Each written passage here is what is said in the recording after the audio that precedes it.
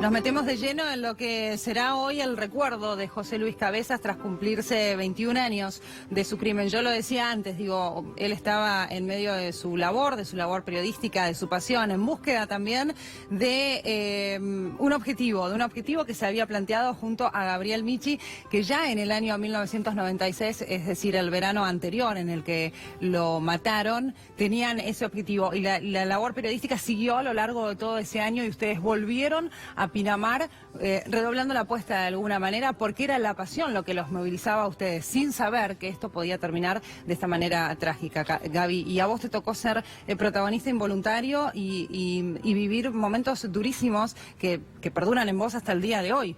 Sí, sin duda. Bueno, el contexto de aquel momento era una búsqueda periodística de un personaje muy peligroso, muy poderoso, el verdadero poder detrás del poder, con muchísimos vínculos con el gobierno de entonces, de Carlos Saúl Menem, y estamos hablando del empresario Alfredo Chabrán, a quien se le desconocía su rostro, y era un personaje realmente muy sombrío, digamos, con muchos vínculos con el poder político de distintos partidos, con el Poder Judicial, con la policía, con las Fuerzas Armadas, con los servicios de inteligencia, con la Iglesia, con dirigencia gremial, digamos, con todos los factores de poder. Este hombre tenía negocios o tenía algún vínculo y se jactaba justamente de que nadie conocía su rostro, de que ni los servicios de inteligencia tenían una foto de él y que sacarle una foto a él era como pegarle un tiro en la cabeza. Esto se lo había dicho tiempo antes a la propia revista Noticias, donde nosotros trabajábamos con José Luis Cabezas. Y en su momento, a partir de una denuncia que hace el entonces ministro de Economía, Domingo Cavallo, que dice que había una mafia enquistada en el poder y que el jefe de esa mafia era Alfredo Chabrán, es como que se prendieron las luces de alerta de todo el periodismo para saber quién era este personaje. Y nosotros lo veníamos investigando hacía bastante tiempo, habíamos publicado varias notas. Bueno, en esa búsqueda, en esa investigación logramos conseguir esta fotografía que hace José Luis en el verano del 96, acompañando una investigación que había hecho yo. Y bueno, durante todo ese año 96 José Luis tuvo amenazas y al año siguiente, en el 97, diciembre del 96, enero del 97, volvimos con la idea de poder hacer algo más, claro. Y era buscar la entrevista con Chabrán. Y claro, lo que no sabíamos era lo que se había armado atrás, que era un plan criminal para atacarnos, para sacarnos del camino, ¿no? Y entonces, en definitiva, era algo impensado en ese momento, porque no había pasado en democracia que hubiese un asesinato contra periodistas. Sí había pasado en la dictadura militar, donde hubo casi 100 colegas asesinados por la dictadura, pero no en democracia.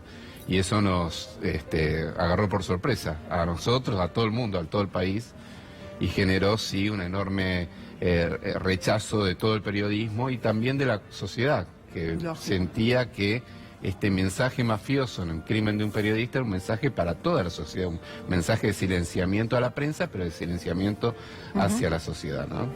Ustedes a lo largo de esas semanas hacían distintas guardias para tratar de dar con él, para tratar de dar con Chabrán, ese hombre de quienes habían tomado una fotografía. Él estaba furioso por eso, porque como vos decías, era un hombre detrás, digamos, de las sombras, no se le conocía su rostro, y José Luis junto con Gaby, el trabajo de ambos, habían logrado esta fotografía. Había amenazas y de hecho 10 días antes del crimen de José Luis hubo un episodio en el cual uno de los neumáticos del auto que les alquilaba la revista Noticias apareció tajeado, pero en ningún momento ustedes sospechaban que esto podía tener este desenlace fatal. No, sin duda. Bueno, de hecho, durante ese verano del 97, desde el principio, ya diciembre del 96, había habido como una serie de indicios, pero que a la luz de todas las cosas que hacíamos quedaban como un episodio más, ¿no? A José Luis, una fuente que nosotros teníamos ahí en Pinamar, ni bien llegó, le dijo que gente de Chabrán había estado tratando de averiguar su dirección en Buenos Aires.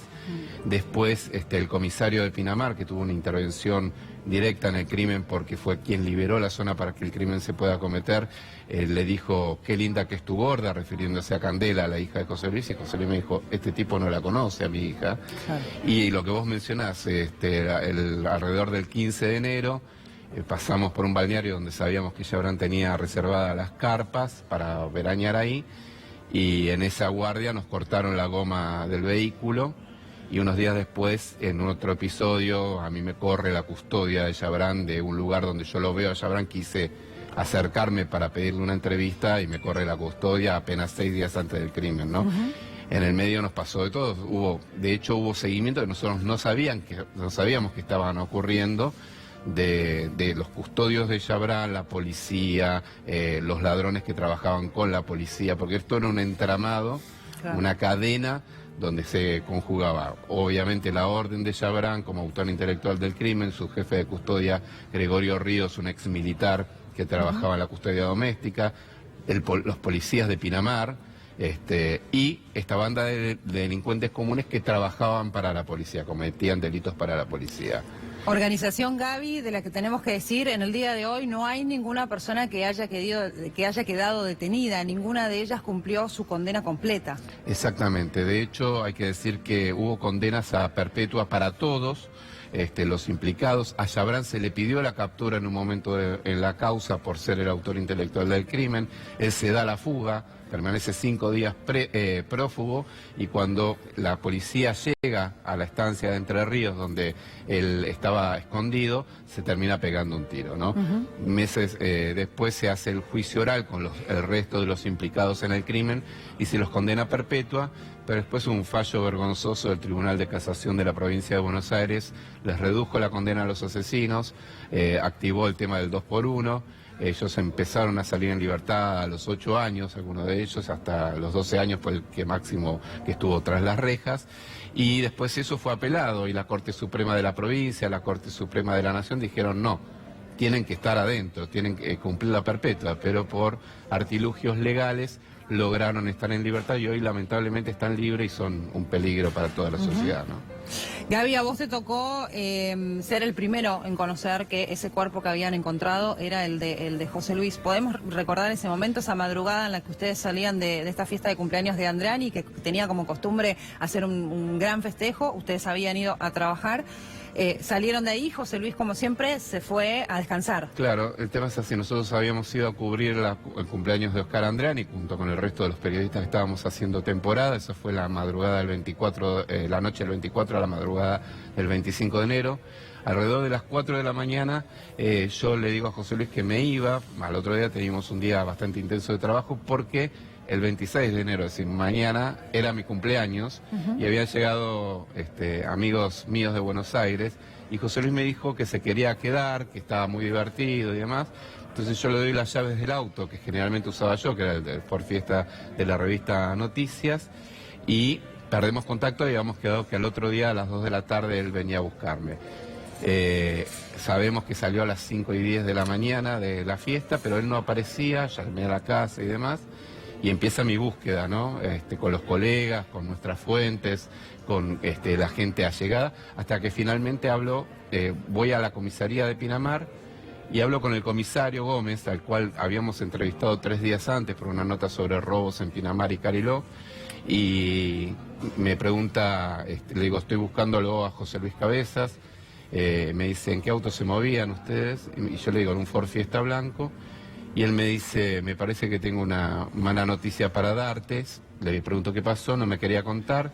Se mete en la comisaría, yo voy detrás de él y escucho que desde el handy él llama a la cava donde había aparecido el cuerpo y le dice a los policías que estaban allí que había aparecido, le dice, parece que tenemos identificado a la víctima, sería José Luis Cabezas, fotógrafo de la revista Noticias. Y yo le digo, pero ¿qué víctima? ¿De qué me está hablando? Me dice, no, que apareció una persona muerta en un campo en General Madariaga. Y le digo, pero ustedes tienen que saber si es o no es José Luis. Y me dice, no, porque el cuerpo está totalmente calcinado. Yo decía, no puede ser, no quería creer que esto fuese así. Bueno, me llevan a la cava, me muestran una serie de objetos, yo preguntando si habían encontrado una cámara de fotos, habían encontrado solamente rollos de fotos, porque no se usaba cámara digital, sino de rollos quemados. Me muestran unas esposas, ahí me entero que estaba esposado, y me muestran un manojo de llaves donde yo reconozco la llave de nuestra oficina. Claro. Y tenía otro juego de llaves, lo comparo y veo que son iguales. Entonces ahí les digo que la única forma que yo tengo de comprobar si ese es el auto tenía un golpe en el guardabarro delantero derecho y tenía roto el espejo retrovisor del lado del piloto. Entonces ahí me permiten bajar a la cava. Bueno, vi ese cuadro espeluznante, que es una imagen que nunca voy a olvidar, porque todavía estaba lo que quedaba del cuerpo de José Luis. Y bueno, ahí pude ver que el auto tenía el golpe del espejo no había quedado nada por el fuego. Y de ahí me llevan los policías hacia Pinamar para probar si la llave abría nuestra oficina. Y cuando estábamos yendo, yo iba en un auto policial con Gómez y con otros policías, me llaman de la revista preocupados porque sabían de mi búsqueda por José Luis. Y yo les digo, lo mataron a José Luis, y este fue el hijo de puta de Chabrán.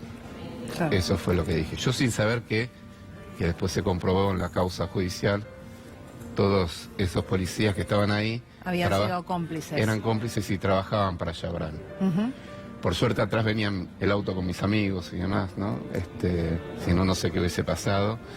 Y cuando llegamos a la oficina de Pinamar y la llave dio la vuelta y abrió, fue cuando me cayó la ficha realmente de lo que había pasado. Yo hasta ese momento entre que creía y no creía que lo que había pasado, ¿no? Y bueno, nada, fue terrible. Gaby, ¿qué cambió en vos? Esto definitivamente fue un hecho en la sociedad, en el periodismo como profesión también, fue un antes y un después, pero ¿qué cambió en vos? Primero como persona y segundo como periodista también. Primero que nada, bueno, yo justo lo cuento en el libro que publiqué el año pasado, cuando se cumplieron los 20 años, es que cuando me dan esta noticia de que había aparecido una persona muerta y que no se sabía si era o no era José Luis, pero todo coincide con eso, es muy difícil para un periodista entender que una noticia te puede atravesar a vos como parte de esa noticia. Entonces lo más difícil fue, primero que nada, obviamente el tema humano. Lo personal, el afecto, el cariño, el ver a su familia desgarrarse, y me cambió la mirada del periodismo sobre el lugar de las víctimas, ¿no? O sea, como muchas veces por la vorágine de cubrir una noticia no tenemos en cuenta que la persona que está allí está sufriendo. Perdemos cierta sensibilidad. Perdemos cierta sensibilidad que tiene que ver con la lógica de que si no, no podríamos seguir adelante, ¿no? También. Coincido. Pero por otro lado, lo que yo vi durante estos 21 años que estuve cerca de la familia de José Luis Cabezas, y es algo que sí, para mí fue muy revelador, es que si bien cada aniversario todo el periodismo pone el foco en algo que pasó y demás, las tragedias para esa familia son cotidianas, permanecen todos los días, en cada cosa, en cada lugar de la mesa que está sin ocupar por parte de la persona que ya no está, en el crecimiento de sus hijos. José Luis tenía 3 hijos que no lo pudieron ver, en sus hijos que de pronto conocieron más el símbolo Cabezas que a su propio papá. El ver cómo de pronto alguien que fue mi compañero, con el cual nos reíamos, nos peleábamos, yo le hacía bromas, se enojaba cuando yo le decía teníamos que hacer un trabajo menor por ahí, le decía andá y hacete esta fotito, y él me decía bueno, y vos venís y hacete esta notita, ¿no? Como defendiendo su lugar de trabajo y su ámbito de trabajo. ¿Tuvieron miedo realmente en algún momento? ¿Eran conscientes? No lo suficiente. Teníamos cierta inconsciencia, yo era muy joven también, hay que decirlo, José Luis era 7 años mayor que yo, éramos un poco inconscientes, pero también éramos un poco inconscientes por esto que te decía de que hasta ese momento no había pasado algo así en el periodismo.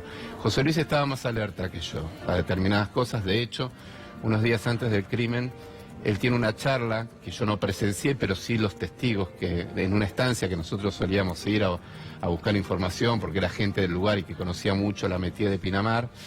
Yo en un momento me alejé para ir a hablar con estas cosas que pasan, ¿no? Un campesino que había hecho una cruzada, había atravesado toda América a caballo, y entonces le fui a pedir la nota y José Luis se queda hablando con los dueños de la estancia y les dice que estaba preocupado y que tenía toda la sensación de que Chabrán se la quería dar. Esa fue la frase textual, ¿no?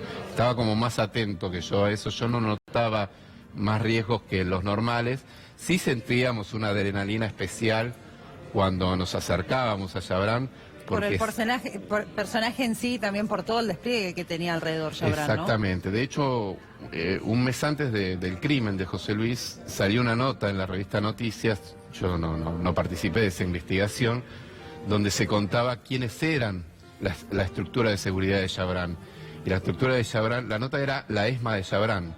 ¿Por qué? Porque los custodios de Chabran eran ex represores de la dictadura militar, los jefes de los custodios de Chabran, que lejos de ser mano de obra desocupada, se habían reciclado como mano de obra del emporio Chabran. Claro. Chabran tenía una estructura de seguridad de 30 personas que custodiaban a él y su familia, y después tenía un ejército de 640 miembros que protegían sus empresas, OCA, OCASA, CADASA y tantos otros.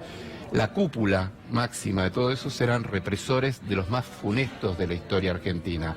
Estaba Víctor Hugo Dante de Dinamarca, estaba el Tigre Acosta, Don Datigel, tipos que tienen un prontuario infernal. Bueno, y ellos eran los que se encargaban de proteger este círculo mafioso que había en torno a Alfredo Chabran. Por eso era tan peligroso y por eso le tenían terror no solo sus competidores, sino también los políticos. Los políticos le tenían miedo a Chabran. Hablaban en voz baja cuando vos mencionabas a Chabran, los que no estaban comprados. Era un miedo justificado, ¿no? Y que lamentablemente se comprobó con la muerte de José Luis. Gaby, te propongo repasar lo que será el especial hoy a las 22 horas en la pantalla de C5N, con gran parte de tu testimonio allí en primera persona, de relatos que también has hecho en el libro que publicaste el año pasado. Esto verás a las 22 horas en la pantalla de S5N.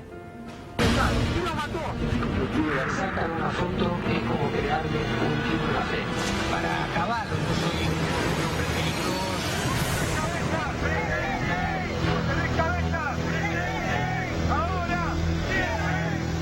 Mi hermano se fue a Pinamar porque él trabajaba, las temporadas las hacía a Pinamar, hacía todas las temporadas de fotografía en Pinamar, le tocaba Pinamar siempre.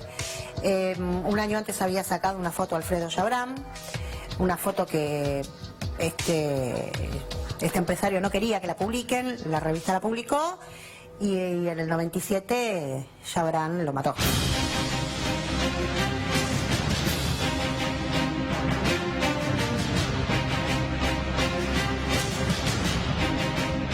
Al punto tal que la propia DEA de Estados Unidos lo investigó, investigó los presuntos vínculos que podía tener Chabran con el cartel de Medellín, ¿no? Y en definitiva eso es uno de los datos que también arrojó la investigación del crimen de José Luis Cabezas. José Luis quería sacar una foto a Chabran. Este empresario era un testaferro y creo que tenía más poder que el presidente en ese momento.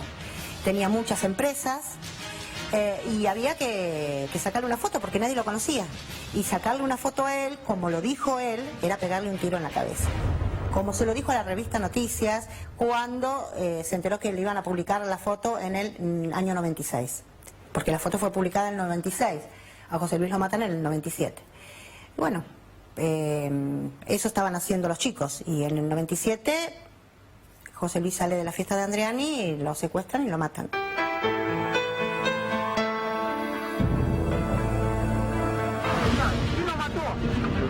Ese empresario oscuro que se manejaba en las sombras, que había tenido durante el menemismo, que había logrado durante el menemismo mucho poder, todo el negocio de los correos y demás, y vino a darle cara a algo que hasta ese momento no la tenía. La foto famosa de Alfredo Chabran caminando con su mujer por las playas de Pinamar fue el resultado de un trabajo de investigación bastante arduo, de bastante tiempo, porque no se conocía el rostro de Chabran y era un personaje buscado por todo el periodismo después de que Domingo Cavallo acusó a que había una mafia enquistada en el poder y que el jefe de esa mafia era Alfredo Chabran. Somos carteros, somos poquita cosa, solamente para Caballo yo soy un hombre peligroso. ¿Quién lo mató? Quizás Chabran tuvo mucha importancia cuando Cavallo lo denuncia a Elia de Benedetti en la Cámara de Diputados. Ahí sí cobra importancia Chabran porque a partir de eso lo echan a Cavallo.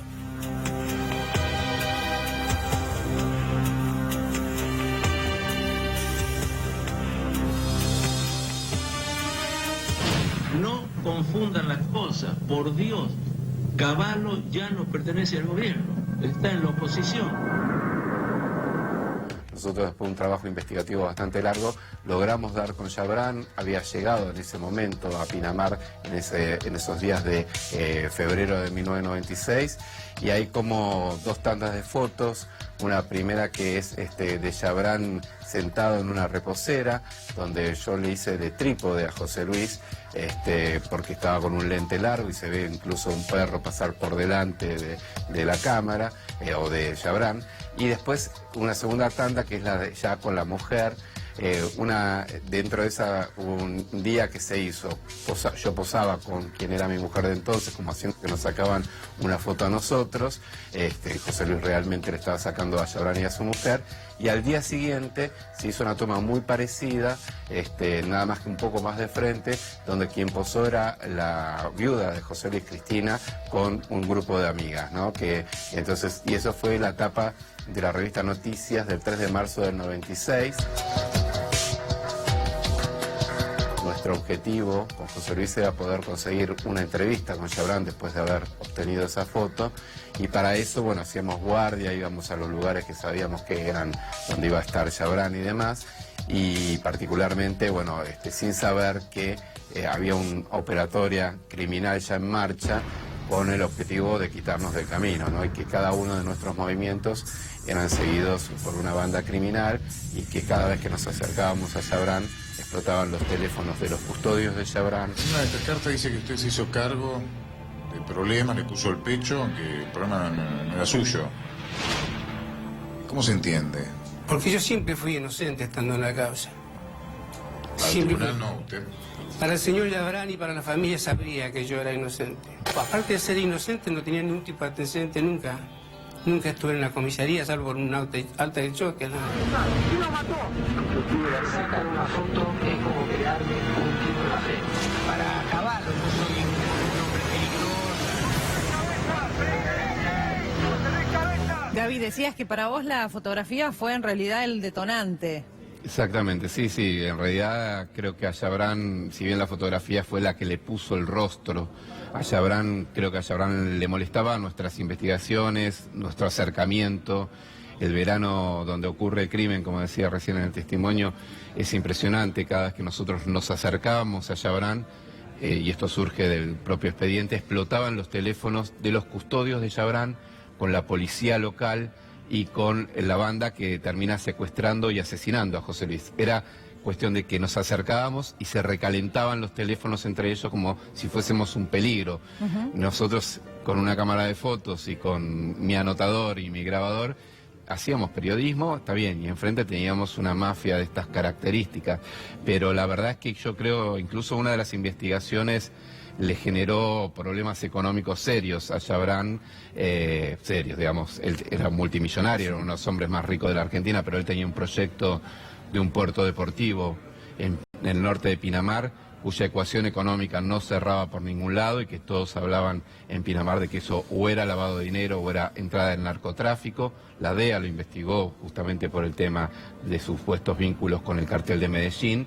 Era un poder muy grande realmente el de Chabrán, y esa investigación hizo que ese negocio se le caiga, ¿no? Entonces, más la búsqueda que nosotros hacíamos, me parece que todo ese combo, más la foto que José Luis le hizo, fue, lamentablemente terminó en una mente criminal como la de Chabrán, y su entorno terminó con el asesinato de José Luis. Gracias, Gaby, por repasar también este momento muy doloroso de un hecho que no debe volver a repetirse de ninguna manera, por los que siguen buscando también justicia, porque como les decíamos, no hay ninguna persona que haya cumplido su condena, la condena en su totalidad, y esta frase, ¿no?, que vamos a repetir a lo largo de los años: no se olviden de Cabezas. Y me quedo con el análisis que hacía Gaby de cómo lo vive la familia. Nosotros podemos recordarlo cada tantos meses, por supuesto con el aniversario allí de su fallecimiento, pero la familia es quien todos los días, sus hijos, se levantan sin José Luis.